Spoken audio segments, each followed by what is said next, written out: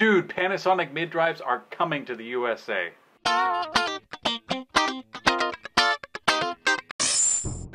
Panasonic has made mid-drive systems for a while, but not here in America until now. One of the first e-bikes I came into contact with was an imported European Easy Motion bike with a Panasonic mid-drive on it, as a matter of fact. For an older system, it actually felt pretty good. I really wish that I had more time on the motor. And I will have more time on a modern system. Panasonic is going to be carried on two main bike brands here in the USA.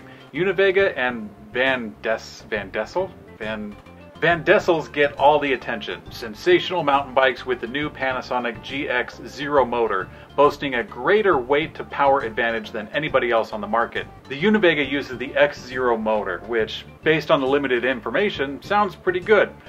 But right after they talk about that, then they have this rather peculiar paragraph. Current market trends in North America show an increased consumer demand for e-bikes. An e-bike can be operated strictly on battery power or by pedal power. So is this the big first name mid-drive system with a throttle on it? An electric bike that can be operated only with battery power? Is this the first foray into the international market finally adapting to North American market trends? Nope. Yeah, you might be able to say that Panasonic is intentionally avoiding the use of the word throttle to avoid a controversy, but in all reality, there is no throttle, and this paragraph is probably a hastily placed copy-paste fluff just to inform the mainstream press as to what an electric bike actually is in general terms, as if they didn't know by now. I sincerely hope that Panasonic has something different to help segment their products from the rest of the market.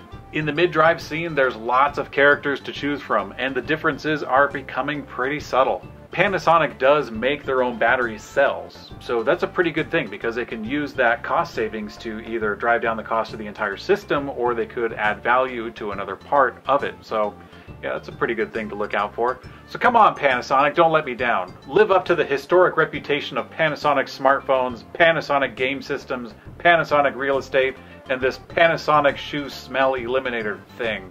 So what's your favorite Panasonic product? Do you think these bikes are going to take off? Let me know in the comment section below.